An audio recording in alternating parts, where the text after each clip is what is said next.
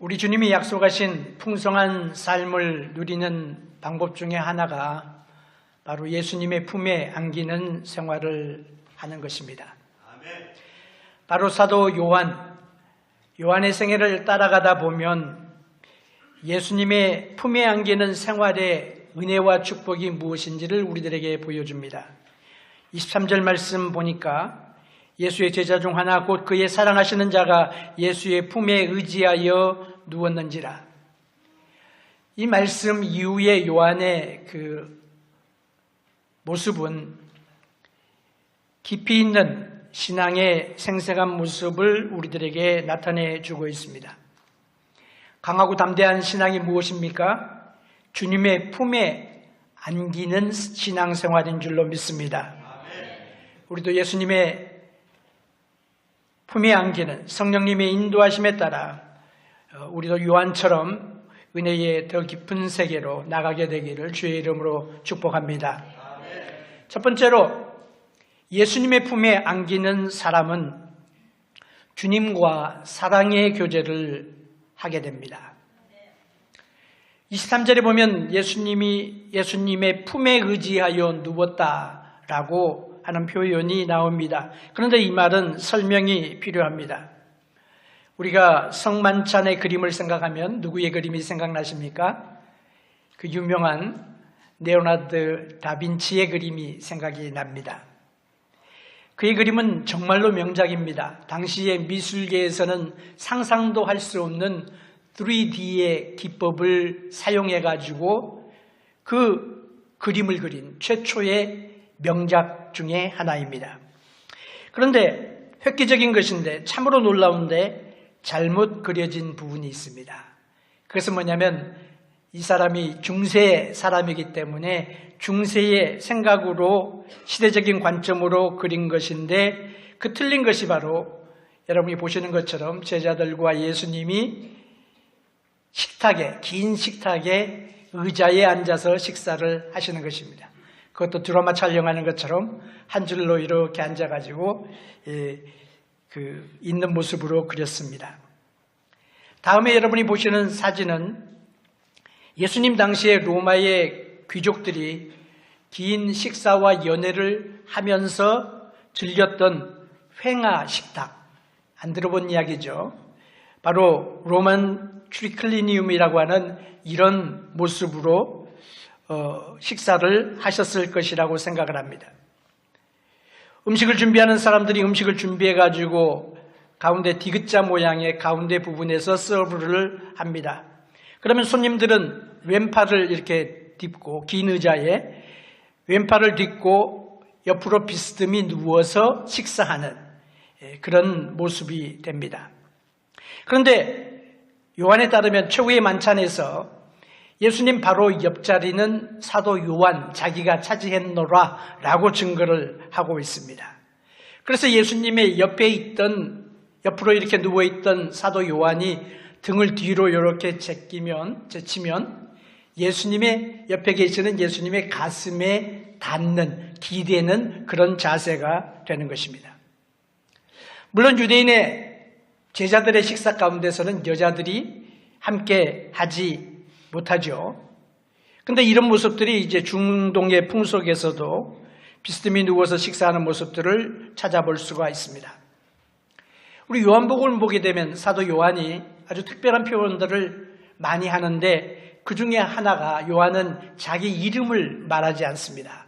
그리고 자신을 뭐라고 표현하냐면 예수님이 사랑하시는 제자라고 설명을 합니다. 요한은 예수님의 사랑을 흠뻑 느끼고 살았음을 우리들에게 보여주고 있습니다. 사랑받는 사람은 어떻습니까? 사랑받는 사람은 자신감이 있습니다. 사랑받는 아내의 눈동자는 빛이 납니다. 피부가 반짝이고 피부가 빛이 납니다. 사랑을 많이 받는 사람은 긍정적입니다. 적극적입니다. 자신감이 있습니다. 모든 일을 기쁨으로 감당하는 것입니다.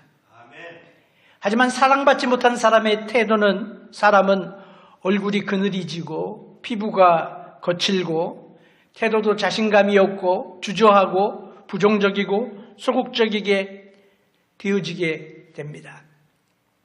저는 예수님의 공동체가 그렇게 활기 있고 힘이 있었던 이유가 무엇인가? 예수님의 제자들이 자신감이 넘쳤던 이유가 무엇인가?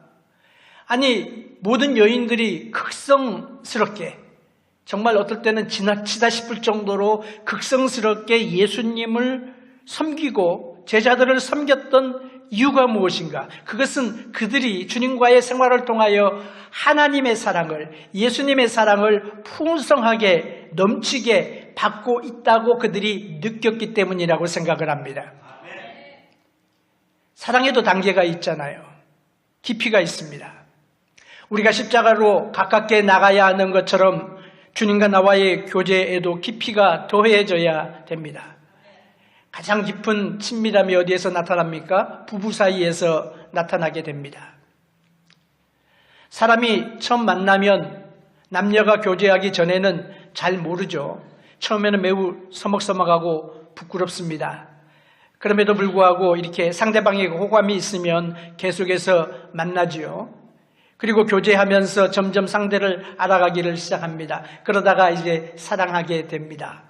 사랑하기 시작하면 보기만 해도 사랑의 불꽃이 튀고 스파크가 일어나고 사랑이 점점 깊어가면 상대를 믿고 나의 장래를 맡겨도 되겠다라고 신뢰가 생기면 결혼하게 됩니다.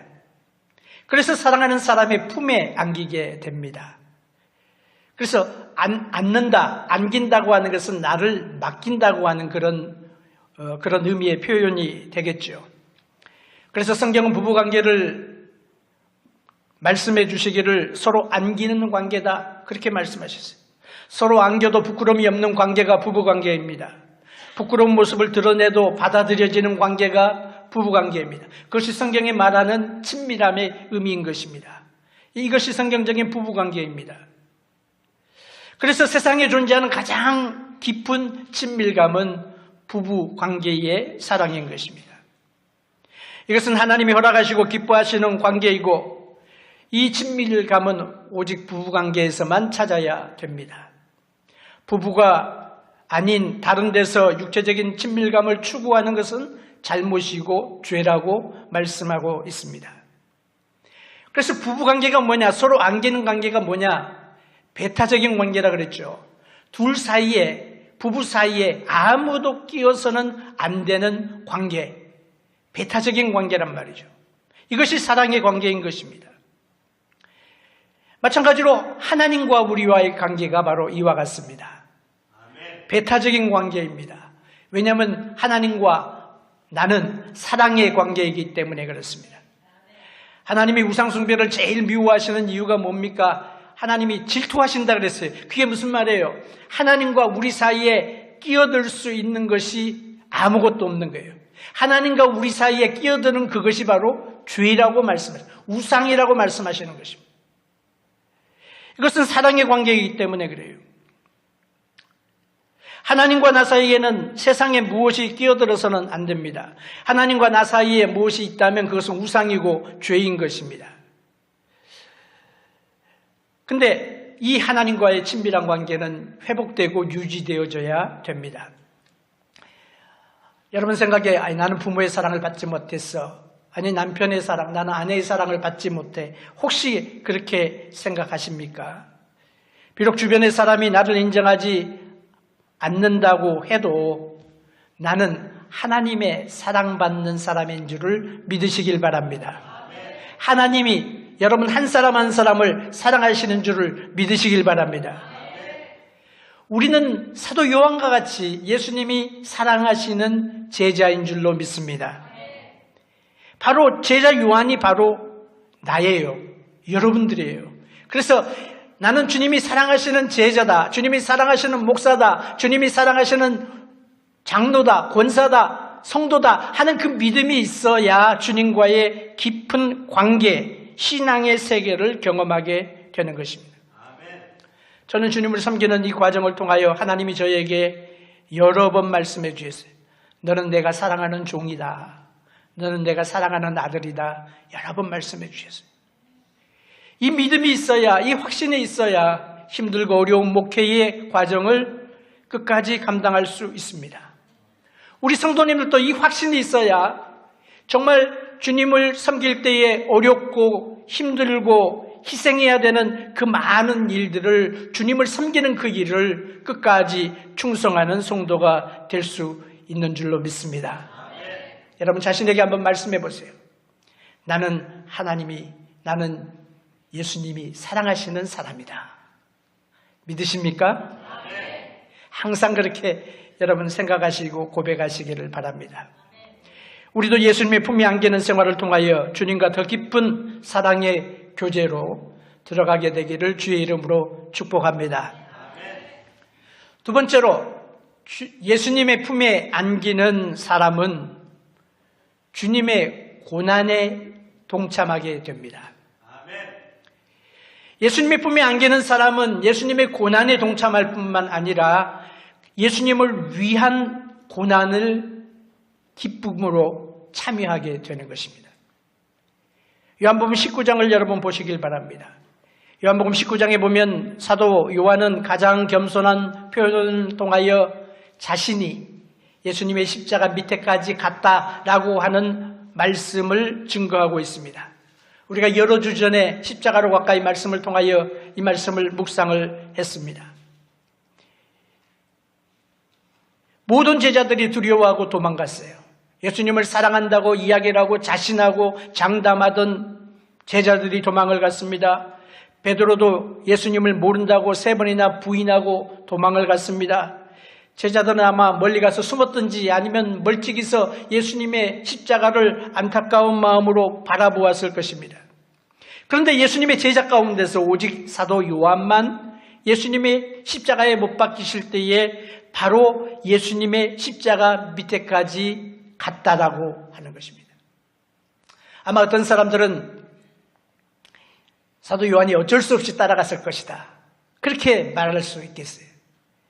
아니, 자기는 별로 가고 싶지 않아도 예수님의母亲인 마리아가 굳이 십자가 밑에까지 가겠다고 하고, 그래 이모가 되죠. 요한의 이모가 되죠.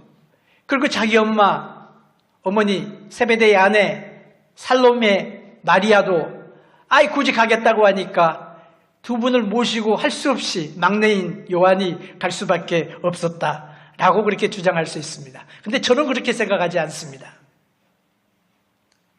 사도 요한은 자신이 예수님이 사랑하시는 제자라고 하는 확신이 그에게 있었습니다.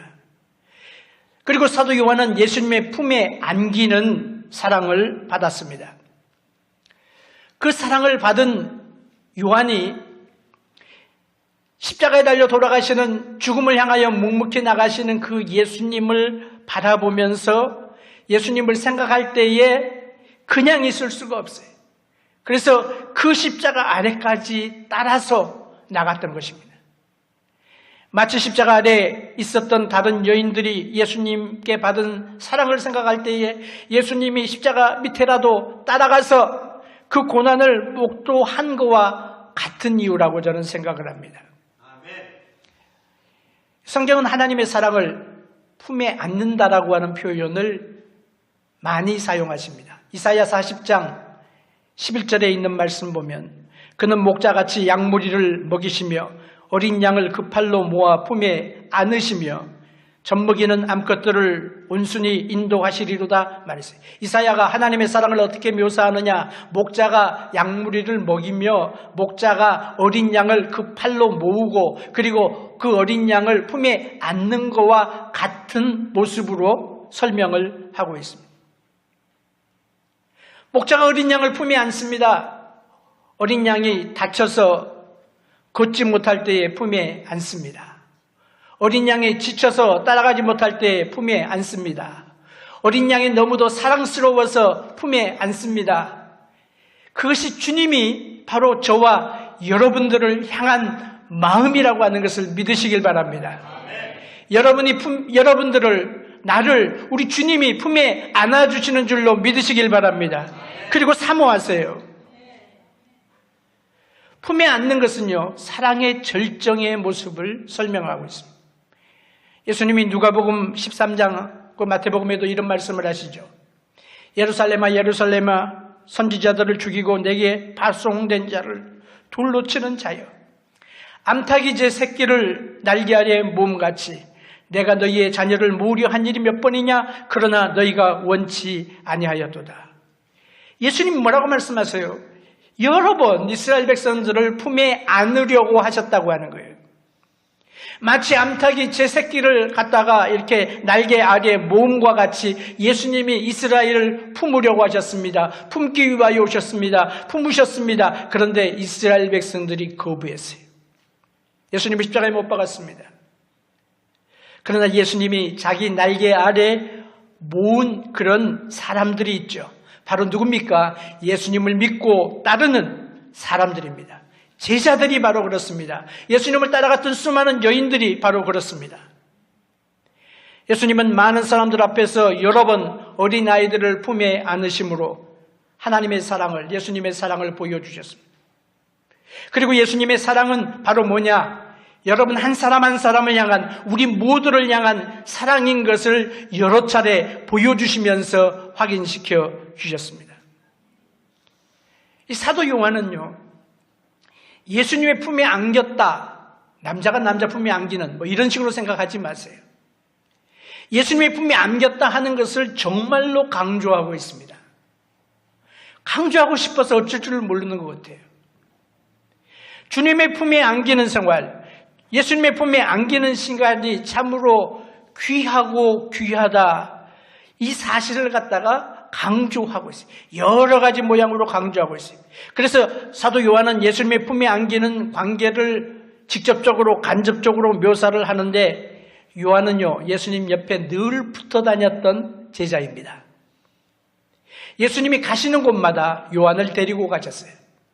그래서 다른 제자들을 데리고 가지 않으실 때에도 예수님이 가깝게 두셨던 세 제자, 베드로와 야고보와 요한, 그 세 제자 가운데 요한이 들어갑니다.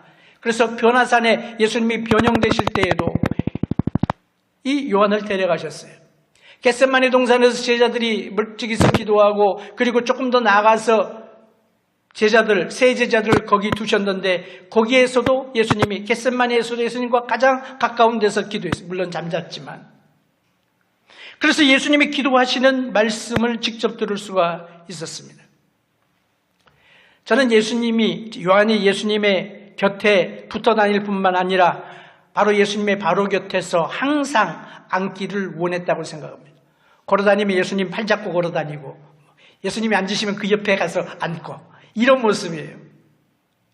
그리고 아마도 요한은 모든 사람 앞에서, 제자들 앞에서 이렇게 선언했습니다. 예수님 옆자리는 항상 내 자리다, 이렇게 아마 선언하지 않았나, 저는 그렇게 생각을 해요.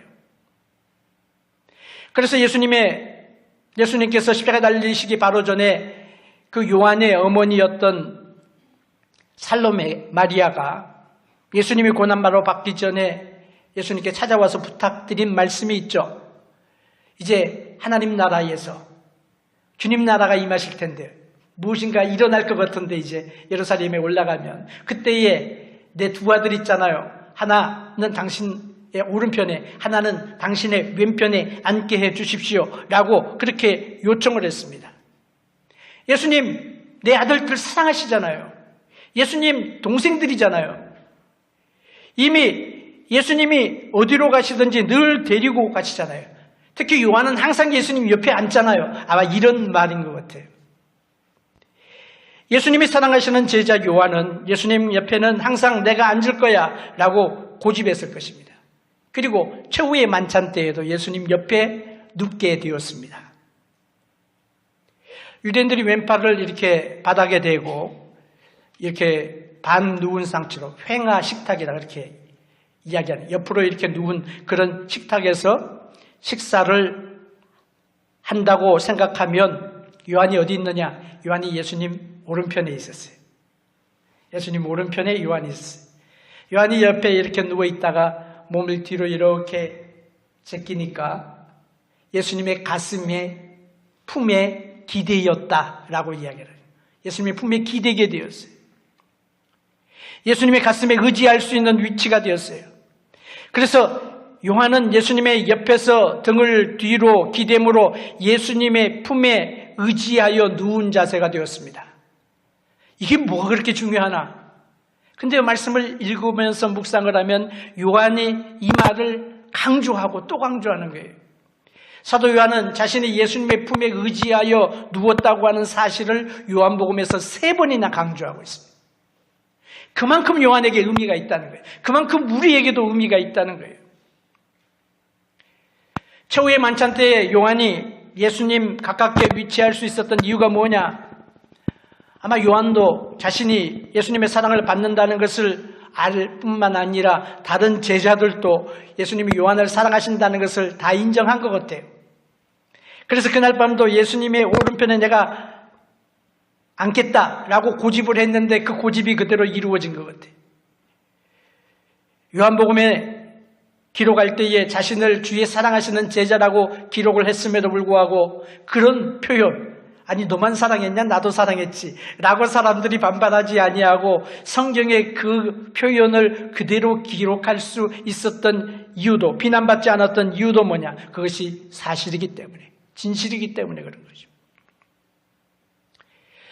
사도 요한은 예수님의 고난의 현장을 처음부터 마지막까지 가장 가까운 거리에서 목도한 사람입니다. 그래서 요한복음은 다른 복음서에서 나오지 않은 이야기들을 많이 하고 있어요. 물론 제일 마지막에 기록되기도 했지만, 특별히 예수님의 십자가 사건에 대해서도 여러 가지, 제가 조사를 해봤더니 한 8가지, 9가지 다른 복음서에 없는 이야기를 사도 요한이 하고 있어요. 그 중에 하나가 뭐냐? 예수님의 모친 마리아에게 예수님이 하신 말씀이 기록이 됐습니다. 예수님께서 모친 마리아에게 말씀하십니다. 여자여 보소서 아들이니이다. 예수님이 말씀하셨어요. 그리고 사랑하시는 제자 요한이 예수님의 어머니 모친 곁에 있는 것을 보시고 보라 내 어머니다 라고 이야기를 했어요. 사도 요한은 바로 그 다음에 뭐라고 기록합니까? 그 제자가 그때로부터 마리아를 자기 집에 모셨다라고 기록을 하고 있습니다. 사도 요한은 예수님이 고난당하는 그 고난의 현장에서 가장 가깝게 본 목격자 중에 하나가 되었습니다. 그 고난의 현장에서 예수님의 얼굴 표정 하나하나까지 놓치지 않고 주목하고 바라보고 있었어요. 그래서 고난의 의미가 무엇인지를 그의 심령 속에 새겼을 것입니다. 예수님의 십자가와 부활의 의미를 깨닫고 요한복음을 기록한 거예요. 주님의 사랑을 받으시죠? 믿습니까? 예수님의 사랑을 받는 사람이 갖는 특권과 축복이 뭡니까? 많이 있죠. 많이 있지만 그 중에 하나가 주님을 사랑하게 되면 예수님의 마음을 깨닫게 됩니다. 예수님의 마음을, 주님을 사랑하면, 예수님을 사랑하면 예수님이 원하시는 것이 무엇인지를 알아차리게 되는 것입니다. 그래서 예수님을 사랑하는 베다니 마리아가 다른 사람들이 하지 않은 그런 주님의 마음에 탁 드는 헌신을 할 수 있었던 이유가 뭐냐? 뭐라 그랬어요? 사랑 때문이라 그랬죠. 사랑하기 때문에 예수님의 마음을 아는 거죠. 십자가 밑에 있는 요한은 보통 중에 계시는 주님의 눈길이 십자가 가깝게 서 있는 사람들에게 이렇게 향하시는 것을 보았을 것입니다. 예수님은 십자가 밑에까지 나온 여인들을 보셨습니다. 그리고 요한은 예수님의 눈길이 예수님의 모친 마리아에게 머무는 것을 보았습니다. 그 눈길은 사랑의 눈길이었습니다. 그리고 예수님은 바로 옆에 모친 마리아를 붙잡고 있는 요한을 보았을 것입니다. 십자가에 달리신 예수님이 요한에게 주셨던 마지막 눈길이었어요. 그때에 요한은 깨달았을 거예요. 주님의 눈길의 의미를 깨달았을 거예요. 주님이 요한을 보시는 눈길은 사랑의 눈길이었습니다. 나의 사랑하는 제자 요한아, 그리고 예수님께서 하시는 말씀인 요한에게 사명을 주시죠. 보라 내 어머니다. 보라 내 어머니다. 사도 요한은 예수님의 마음을 깨달았어요. 그리고 십자가에서 부탁하신 그 주님께서 하신 7 말씀을 십자가 위에서 하셨는데 그 중에서 유일하게 개인적인 말씀이 바로 본문 요한복음에 기록되어져 있습니다. 그때로부터 모친 마리아를 자신의 어머니로 모셨습니다. 자신의 집으로 모셨습니다. 예수님은 자기 육신의 어머니를 자기 다른 혈육들이 있잖아요.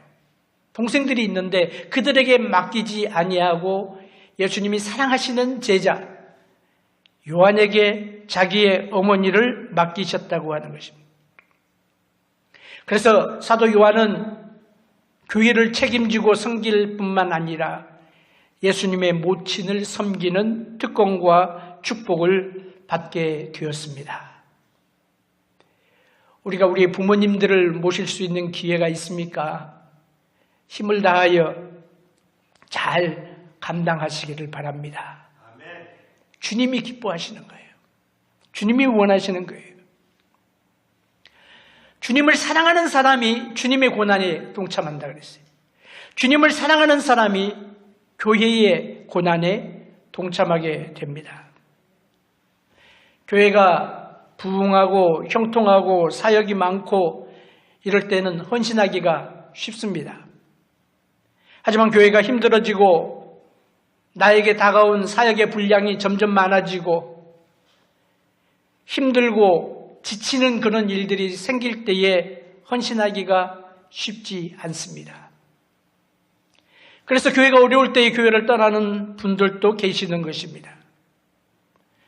인생살이가 좋을 때는 예수 믿지만 그러나 인생이 살기 어렵고 힘들어질 때에 예수님을 떠나는 사람들이 있습니다. 그런데 우리에게 고난이 올 때에 힘들고 어려울 때에 희생하고 헌신할 수 있는 유일한 이유가 무엇입니까? 그것은 우리 주님을 향한 사랑 때문이라고 하는 것입니다. 고난 중에서 희생할 수 있는 유일한 이유는 그 주님의 사랑을 내가 받았기 때문에 그 사랑 때문에 내가 주님을 섬기는 것이죠. 예수님의 품에 안기는 생활은 고난에 동참하게 합니다.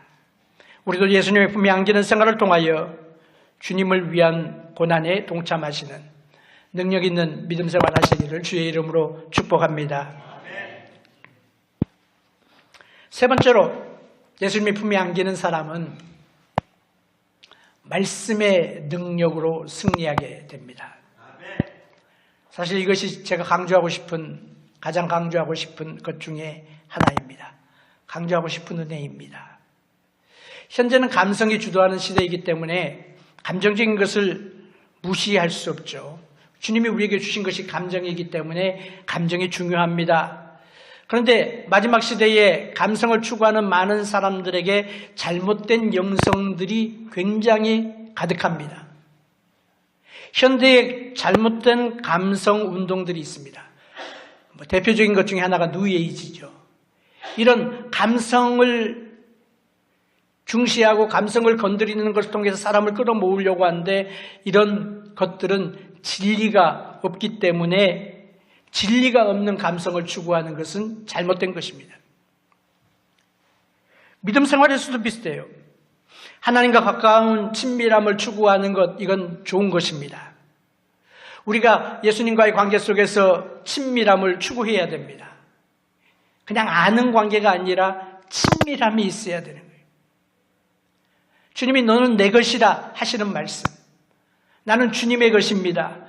주님을 위하여 삽니다. 사랑합니다. 하는 이런 친밀함이 있어야 돼요. 하나님이 우리가 영적인 친밀함을 경험할 수 있는 많은 길들을 열어주셨습니다. 은혜 받을 수 있는 많은 통로들을 주셨습니다. 기도를 통하여 우리는 영적인 친밀함을 경험을 합니다. 때로는 기도 응답을 통하여 경험을 합니다. 묵상을 통하여, 말씀을 통하여 하나님과의 친밀함을 경험합니다. 찬양을 통하여 영적인 친밀함을 경험합니다. 생활과 영적인 체험을 통하여 주님의 품에 안기게 됩니다. 영적인 은사를 통하여 예수님의 품에 안기는 것을 우리가 경험할 수 있습니다. 이 모든 것들이 다 예수님의 품에 안기는 방법들 중에 하나예요. 그래서 수많은 방법을 통하여 하나님의 임재와 축복을 우리가 누리는데 귀한 것이죠. 복된 것이죠. 그런데 우리가 잊지 말아야 될 것은 뭐냐? 우리는 항상 말씀의 깊은 세계로 나가는 것을 추구해야 된다고 하는 거죠. 예수님의 품에 안기는 경험을 하게 되면 말씀 안에서 체험이 더 깊어져야 됩니다. 말씀의 세계를 더 깊이 경험해야 되는 것입니다. 예수님의 품에 안기는 경험을 하면 자칫 잘못하면 교만해지기 쉽습니다. 나는 주님의 품에 이렇게 안기는 사는데 니네들은 뭐야? 이런 것들이 이제 말은 안 할지라도 그런 생각과 마음이 스쳐가게 되는 거죠. 다른 사람들의 믿음의 모습이 불쌍하게 보이게 됩니다. 교만한 마음이 들어옵니다. 그런데 이런 교만한 마음을 바로잡을 수 있는 그런 것은 뭐냐? 말씀을 통한 성령님의 역사라고 하는 것입니다. 그래서 주님의 품에 안기는 생활을 하면서 하나님의 말씀의 깊은 은혜와 복을 누리지 못하면 사단의 유혹에 빠지게 되고 교만에 빠지게 되고 잘못되게 될 수도 있다고 하는 거죠. 주님과의 만남에 그 놀랍고 황홀한 은혜를 사모하는 것 좋지만 자칫 잘못하면 체험을 추구하게 되는 거예요. 좋은 게 뭡니까? 안기는 게 좋은 게 아니죠. 좋은 게 뭐예요? 주님의 품에 안기는 게 좋은 거죠. 주님과 가까운 게, 예수님과 가까운 게 좋은 것이죠. 그런데 내가 안기는 나의 하나님, 나의 예수님이 아니고 처음이나 느낌을 더 좋아하게 되는 거예요. 이렇게 되면 뭐예요? 잘못된 신비주의에 빠지게 됩니다. 우리는 하나님의 신비를 우리는 믿고 귀한 줄로 알지만 신비주의를 추구하지는 않습니다. 우리는 체험이 중요하고 체험이 귀한 줄을 알지만 그것의 체험의 세계만을 하나님 말씀을 무시한 체험의 세계만을 추구하지는 않습니다. 하나님은 사도 요한에게 처음부터 직관력을 주셨습니다. 그래서 진리를 분별할 수 있는 그런 특별한 은혜가 사도 요한에게 있었어요. 예수님을 만나 뵙자마자 메시아인 줄 깨달았어요. 하나님의 은혜입니다. 직관력을 주셨어요. 그런데 주님의 품에 안기는 사도 요한은 말씀의 비밀을 더 깊이 깨닫게 됩니다. 예수님의 품에 안기게 되니까 주님이 말씀을 가르쳐 주시는 거예요. 19장에 요한복음 13장에 그 이야기가 나오죠. 예수님이 성만찬을 하시면서 이런 말씀을 하십니다. 너희 중에 하나가 나를 팔리라. 깜짝 놀랐어요. 나냐 이러다가 베드로가 이제 다른 복음서에 없는 이야기가 요한복음에 나오죠. 베드로가 예수님의 품에 아직도 기대어 있는 사도 요한에게 눈짓합니다. 예수님께 여쭤봐 그 말이죠. 그래서 사도 요한이 뭐라고 여쭤봅니까? 25절에 보니까 그가 예수의 가슴에 그대로 의지하여 말하되 주여 누구오니까? 예수님이 계시면 예수님의 가슴에 지금 기대어 있어요. 요한이. 예수님께 물어보는 주님 누굽니까? 속삭인 거죠. 예수님이 대답하시는 거예요. 뭐라고 대답하시냐? 26절 내가 한 조각을 찍어다가 주는 사람이 그 사람이다. 그리고 한 조각을 찍어다가 딥이 있으니까 딥에 찍어다가 가롯 시몬의 아들 유다에게 주시니. 그 말씀이네요. 예수님은 사랑하시는 제자 요한에게 미리 될 일을 가르쳐 주셨어요. 미래에 이루어질 예언을 개인적으로 말씀해 주신 거예요. 사도 요한에게만 하신 말씀입니다. 그리고 정확한 이름을 가르쳐 주셨습니다. 가롯 시몬의 아들 유다라고 가룟 유다를 말하는 거죠. 그리고 그 다음 말씀 27절에 보니까 조각을 받은 후 사단이 그 속에 들어간지라 이에 예수께서 유다에게 이르시되 내 하는 일을 속히 하라 하시니. 그러니까 앞에 나온 그 말씀은 요한만 들었고 27절은 모든 제자들이 다 들었어요. 그래서 27절을 사람들이 어떻게 생각하느냐?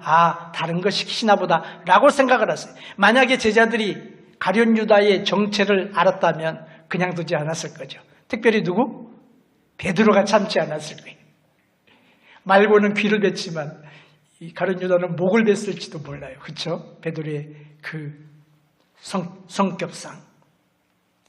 근데 21절에 보면 21장에 보면 요한복음 마지막 장입니다. 세 번째 본문이죠. 사도 요한은 이제 요한복음을 내가 기록했다라고 하는 증거를 합니다.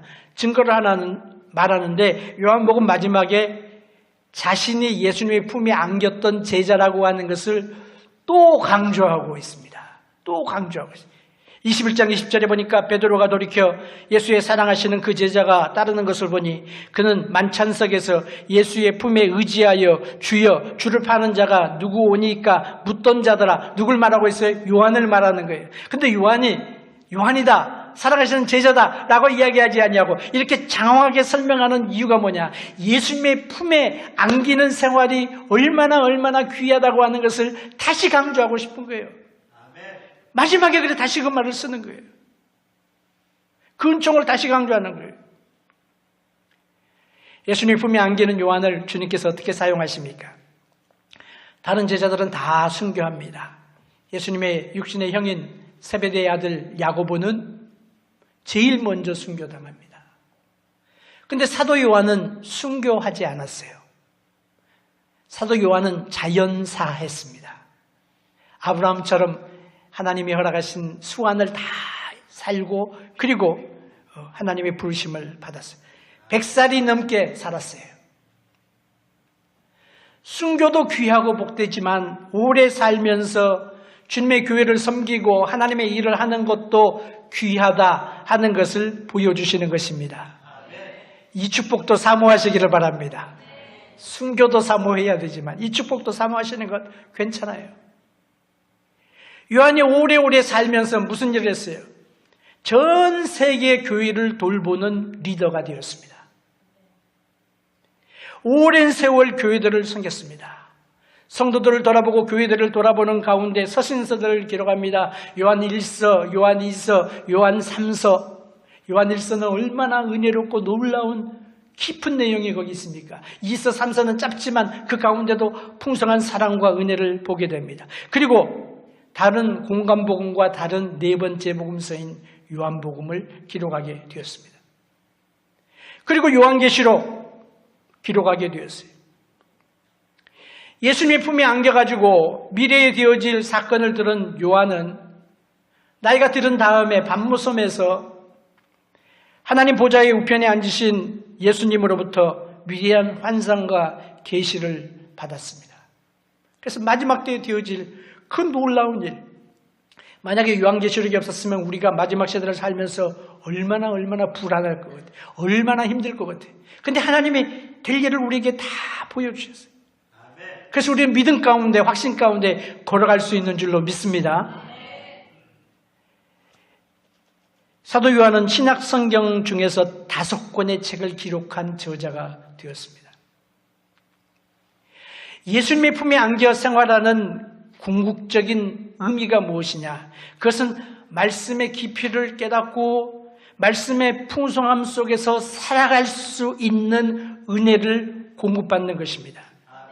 그것이 요한이 내가 예수님의 품에 안겼다라고 이야기하면서 그 다음에 나타나는 스토리를 통하여, 이야기들을 통하여 우리들에게 보여주고 있는 그런 메시지의 의미가 아닌가 생각합니다. 바로 이것이 성령님께서 우리에게 원하시는 것인 줄로 믿습니다. 주님의 품에 안기는 생활 하시기를 주의 이름으로 축복합니다. 예수님의 품에 안기는 생활을 통하여 주님과 깊은 교제의 세계에 들어갑니다. 우리가 주님과 가지는 오늘의 교제는 더 깊고 더 풍성한 교제가 있다라고 하는 것을 여러분 항상 기억하세요. 더 깊은 교제에 들어가시길 바랍니다. 예수님의 품에 안기는 생활을 통하여 우리는 예수님의 고난에 동참하는 힘을 얻습니다. 그래서 예수님의 품에 안기는 사람은 주님을 위하여, 주의 몸된 교회를 위하여 헌신하고 희생하는 것을 기쁨으로, 특권으로 생각하고 참여하게 되는 것입니다. 예수님의 품에 안기는 생활을 통하여 우리는 주님의 말씀의 깊이를 경험하는 그런 세계에 들어가야 됩니다. 그리고 그 말씀이 나의 삶에서 능력으로, 은혜로, 다른 사람을 향한 사랑으로 나타나는 생활이 되어야 되는 것입니다. 주님의 품에 안기는 방법은 다양하다 그랬죠. 우리도 매 순간 예수님의 품에 안기는 생활을 통하여 환난의 시대를 이기고 우리가 개인적으로 경험하고 있는 여러 가지 고난과 어려움과 역경을 넉넉히 이기고 주의 영광과 주의 이름을 열방과 민족 중에 나타내는 하나님의 자녀들로, 교회들로 쓰임받게 되기를 주의 이름으로 축복합니다.